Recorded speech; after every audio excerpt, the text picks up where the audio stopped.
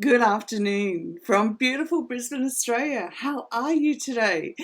Let me know if you're here, where you're from, put it in the comments down below. And welcome to Complex PTSD TV Live. And I hope that you've had an amazing couple of weeks. I'm sorry that things have been busy and I haven't caught up with you and been able to share some information with you. So today we're going to talk about complex PTSD and gaslighting. So we're going to briefly what gaslighting is, what the signs are, and what it sounds like, and then we'll go from there. For all of you who are new, welcome. It's great to have you join our global family. After the session, there'll be links down below so that you can either join our peer support group, which is free, and our free VIP membership, and so on and so on. Now, for everyone around the globe who's learning about complex trauma, remember to like and share, because mental health is far from being the conversation that we're having over the dinner table, okay? And we need to be the participants in that conversation. So let's get going with what is gaslighting. And initially we think of gaslighting and go, what the? And it's been around on social media for a lot of years, but what we haven't had is clear definitions for us. So gaslighting is a form of emotional abuse, and it's seen in abusive relationships, and it's when somebody intentionally is manipulating you and you begin to question your own thoughts, you begin to question your own emotions, you begin to question your memory of events as they happened. And because it's a power play and our whole neurological wiring is just gone into survival mode, it will be triggered into survival mode, but because we came out of our families in survival mode, we go back there and we begin to question ourselves. So we begin to question our authenticity, so knowing who I am. And trust me, that's really, really hard, because who am I in the midst of all this when I'm being told that that's not what they said, that's not how they meant it, and so on, okay? So it can get us down to the point where we actually question our sanity. So let me know if you've ever been in that situation where you've been gaslighted so much that you begin to question your own sanity. And I was fortunate enough that I didn't get to the point of questioning my sanity, but I definitely was at the point of questioning my memory and who I am, because they also are very good at telling you who you are. Okay, I remember someone once said to me, "You're just so full of anger." This is somebody who absolutely was just angry all the time. And they said to me, "You've got anger issues too." And I went, "Oh." And you know what? I've spent a lot of years going, where's this anger that somebody else saw? And I do so much internal work, and it's just, yeah, it was their stuff. So we have to be aware that there's projection going on as well. Laura says, yes, she has. And yeah, Linda, you're right. It's absolutely easy to believe it. It's just so hard. So these are some signs of gaslighting. Now, if you've got complex trauma, I want you just to be able to sit in a really peaceful space at the moment and listen to these. And in your heart space, just feel if these things have happened for you. So you're no longer feeling like the person that you used to be. You're more anxious and less confident than you used to be. So think with that one, think about, I came out of my family and I was confident in where I was going, but now it's been stripped away.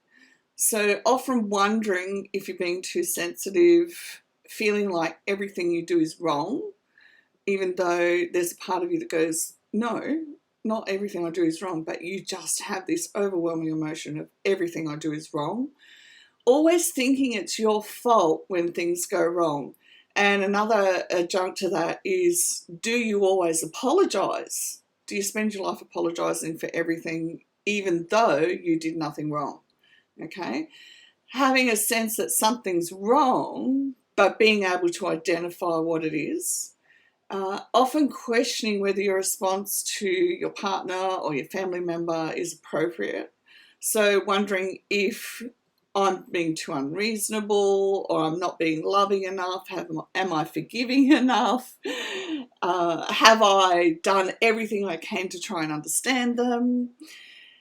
You avoid giving information to friends or family members to avoid confrontation about your partner. And I know somebody who's doing that right now, feeling, not me, I have a very close friend who's doing that, feeling isolated from friends and family, and they do make a really big gap between our friends and our family because we're questioning ourselves, okay? Finding it increasingly hard to make decisions. So think about even decisions along the lines of, what do you want to watch tonight? Where do you want to eat? What do you want to do on the weekend? Yeah, that's right, Linda. The abuser has allies. They convince them you are crazy. That's right. I've so lived that one. And feeling hopeless and taking little or no pleasure in activities you used to enjoy. So if you've sat in your heart center and you're going, yeah, that's me, that's what's happening to me, now we're going to look at some of the things they say to try and help you connect with that side of things. So they might very well say to you, you're remembering it wrong. It was just a joke. That didn't happen. You always jump to conclusions. Here we go again. You're too sensitive. That's a lie. You took it the wrong way. And if you notice, a lot of them are always you-based. It's always you that is the problem, not really. They won't have an authentic adult conversation.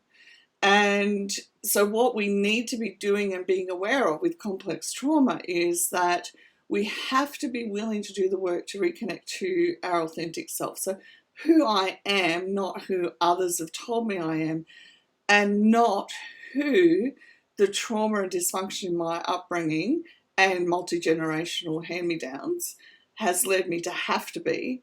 I need to know who I am at my core. And what can we do when we're in a situation where we're being gaslighted right now? The best thing that you can do initially is start keeping a journal of what you said, what they said, what you know to be the truth. Because then you're reinforcing within yourself that I know this is true, I know this is what I saw. You also have to be willing to be able to say, okay, is this other adult willing to have an authentic conversation with me? So are they willing to sit down and say, right, this is what's happening for me, and this is what I need at this outcome. This is the short version. And you're willing to say, this is what I see, this is what I need from this situation. Okay, that's a really simple way to see if they're doing the manipulation intentionally. Because with gaslighting, one of the big things is to remember that people can be doing it because it's a family hand-me-down way of treating other people. It's a family hand-me-down way of not addressing issues. And remember, we've come from multiple generations where people don't talk openly, they don't talk authentically, and they will not have the tough conversations. So the person that you're with might be just brushing you off and not realizing that they're doing it. So the only way to confirm that it is being done intentionally and with manipulation is to want to sit down and have a real conversation.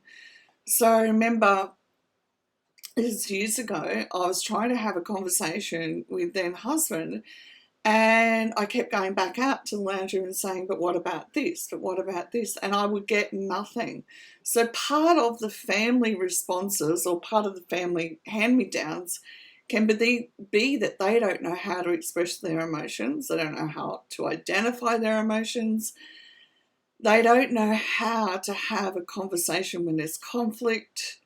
And that's something that we can have as well, because especially like in my situation, where you grew up around a lot of anger, it can be challenging to have conversations around conflict.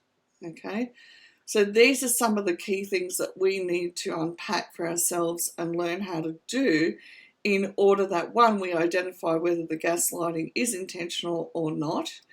And then the second thing is whether we need to go and learn how to have the confidence, how to get in touch with our authentic self so that we can have these very real and raw conversations as well. Yeah. Okay, sorry, I was just reading some comments. So thanks for joining in today. If you need help with complex PTSD, I'm a certified trauma recovery coach and very effective. We get stuff done. Now remember to like, subscribe and share, and I will be back with some new information on the next video. Bye for now.